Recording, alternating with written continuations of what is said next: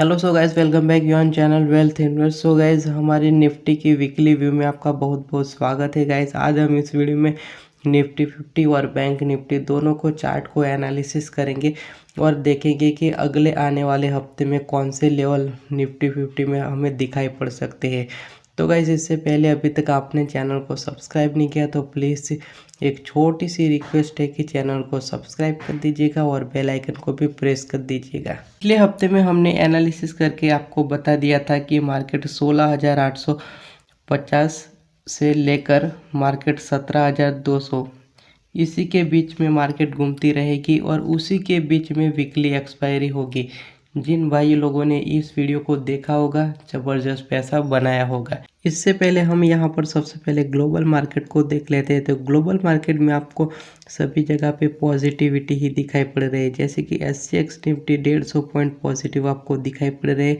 बाकी जितने भी यूरोपियन मार्केट है आपको पॉजिटिविटी ही इसमें दिखाई पड़ रही है। अगर हम यहाँ पर इंडियन मार्केट की बात करें तो इंडियन मार्केट में भी हमें पॉजिटिविटी दिखाई पड़ रही है। सेंसेक्स 1000 पॉइंट से ज़्यादा पॉजिटिव है।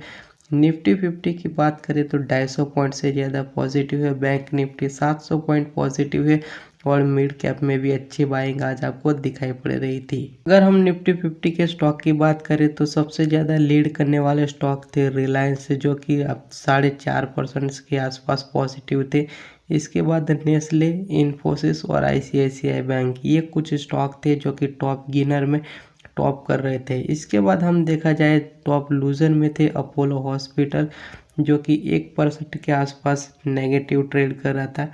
सन फार्मा, अडानी पोर्ट और एशियन पेंट, ये कुछ स्टॉक है जो कि लूज कर। अगर हम निफ्टी 50 के चार्ट को अगर मंथली चार्ट पे यानी कि मल्टी टाइम फ्रेम एनालिसिस पे देखते हैं तो पिछले 3 महीनों से आप देख सकते हैं कि पहला रेड कैंडल, दूसरा ये वाला और तीसरा, 3 महीने से सडनली मार्केट गिर रही थी, लेकिन उस महीने में एक डोजी कैंडल बनी है और नीचे से इन्होंने एक बाउंस बैक लिया है। तो ये एक बुलिश सिग्नल है। अगर हम इनको टाइम फ्रेम थोड़ा छोटा करके वीकली टाइम फ्रेम पे अगर देखते हैं तो हमें ये कि यहाँ पर लास्ट में आप देख सकते हैं कि एक बुलिश माराबुजू कैंडल हमें दिखाई पड़ रही है, जो कि आने वाले टाइम के लिए एक बुलिश ट्रेंड का सिग्नल हमें यहाँ पर दिखाई पड़ रहा है। अगर उसी चीज़ को हम डे कैंडल पे लेके आते हैं यानी कि उससे भी छोटा टाइम फ्रेम कर देते हैं तो और एक्यूरेंसी हमारी ज़्यादा बढ़ जाएगी। तो हमें वन डे की कैंडल पे भी ये बहुत ही अच्छी एक ग्रीन कैंडल दिखाई पड़ रही है, जो कि बुलिश ट्रेंड का सिग्नल है। लेकिन हमें यहाँ पर ऑब्जर्व करने की बात यह है कि यहाँ पर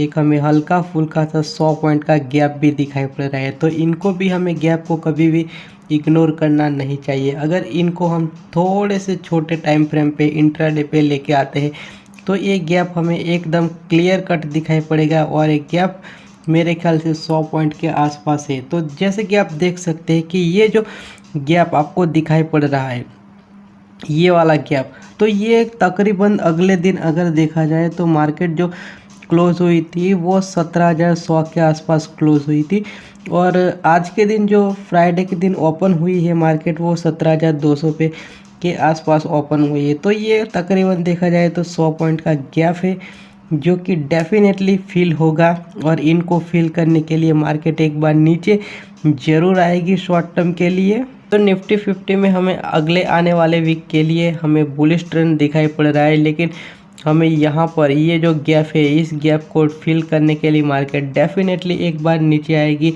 और 17,100 का एक सपोर्ट लेकर फिर से ऊपर की ओर जाती हुई आपको दिखाई पड़ेगी। अगर गाइस जो ये 100 पॉइंट का गैप आपको यहाँ पर दिखाई पड़ रहा है, ये गैप को फिल करने के बाद अगर मार्केट यहाँ से एक सपोर्ट लेकर ऊपर की ओर निकल जाती है तो आपको सीधे 17,500 का लेवल अगले आने वाले हफ्ते में दिखाई पड़ सकता है। लेकिन अनफॉर्चुनेटली मार्केट यहाँ से सडनली गिरना स्टार्ट कर देती है। गैप फिल करने के बाद भी अगर मार्केट नहीं रुकती तो आपको फिर से 16,850 का लेवल अगले आने वाले हफ्ते में दिखाई पड़ेगा। तो हमें अगले आने वाले हफ्ते में ये वाला जो गैप दिखाई पड़ रहा है इन पे ज़्यादा हमें फोकस करने का है कि यहाँ पर क्या प्राइस एक्शन दिखाई पड़ता है। अगर यहाँ से नीचे की ओर प्राइस एक्शन दिखाई पड़ता है तो आपको एक्सपेक्ट करने चाहिए सीधे 16,900 के नीचे। अगर वहाँ से मार्केट एक बार फिर सपोर्ट लेकर ऊपर की ओर निकलती है तो आपको एक्सपेक्ट करना चाहिए 17,500। तो ये वो रेंज है जो अगले आने वाले हफ्ते में रह सकता है और उसी के बीच आपको एक्सपायरी होती हुई दिखाई पड़ेगी। तो गाइस हम यहाँ पर बैंक निफ्टी को भी समझ लेते हैं। तो बैंक निफ्टी में भी हमें यहाँ पर एक डोजी कैंडल दिखाई पड़ रही है और ये ऊपर जाती हुई दिखाई पड़ रही है, यानी कि नीचे से सपोर्ट लेकर बाउंस बैक लेता हुआ दिखाई पड़ रहा है, जो कि एक बुलिश ट्रेंड का सिग्नल है। अगर हम इनको छोटे टाइम फ्रेम पे देखते हैं यानी कि वीकली कैंडल पे, तो हमें पिक्चर और क्लियर हो जाएगा। और वीकली कैंडल पे जैसे कि आप देख सकते हैं कि यहाँ पर एक हमें स्ट्रॉन्ग 12 बुजू कैंडल दिखाई पड़ रही है, जो कि आने वाले टाइम में ये पॉजिटिव सिग्नल शो कर रही है।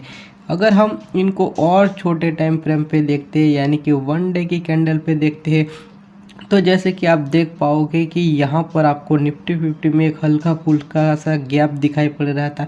वैसे बैंक निफ्टी में भी हमें यहाँ पर तकरीबन 200 पॉइंट का गैप हमें दिखाई पड़ रहा है। इस गैप को देखने के लिए हम थोड़े और टाइम फ्रेम को छोटे कर देते हैं यानी कि इंट्राडे पे लेके आते हैं, तो ये गैप जो है आपको क्लियर कट दिखाई पड़ेगा। यहाँ पर आप देख सकते हैं कि 200 पॉइंट का गैप है तकरीबन, देखिए। तो इस गैप को फिल करने के लिए मार्केट डेफिनेटली आएगी और फिर से मार्केट यहाँ से 500 पॉइंट के आसपास गिरती हुई आपको दिखाई पड़ेगी और 40,000 का लेवल फिर से अगले आने वाले हफ्ते में आपको दिखाई पड़ेगा। लेकिन ये वाला गैप फिल होने के बाद क्या प्राइस एक्शन होता है, ये देखने वाली बात है। अगर वहाँ से नीचे मार्केट गिरती है तो आपको सीधे लेवल दिखाई पड़ेंगे 39,500 का। अगर ये गैप फिल करने के बाद मार्केट अगर एक सपोर्ट लेके ऊपर की ओर निकल जाती है तो आपको सीधे सीधे अगले आने वाले हफ्ते में ही 41,000 का 41,000 का एक लेवल आपको दिखाई पड़ सकता है। तो ये है निफ्टी 50 का इम्पोर्टेंट लेवल, जो कि आपको अगले आने वाले हफ्ते में इसके ऊपर आपको फोकस करना है और इसके अकॉर्डिंग ही आपको ट्रेड लेने का है। तो गाइस अगर वीडियो पसंद आए तो लाइक कर दीजिएगा और चैनल पे नए आए हो तो चैनल को भी सब्सक्राइब कर दीजिएगा। Bye bye for now.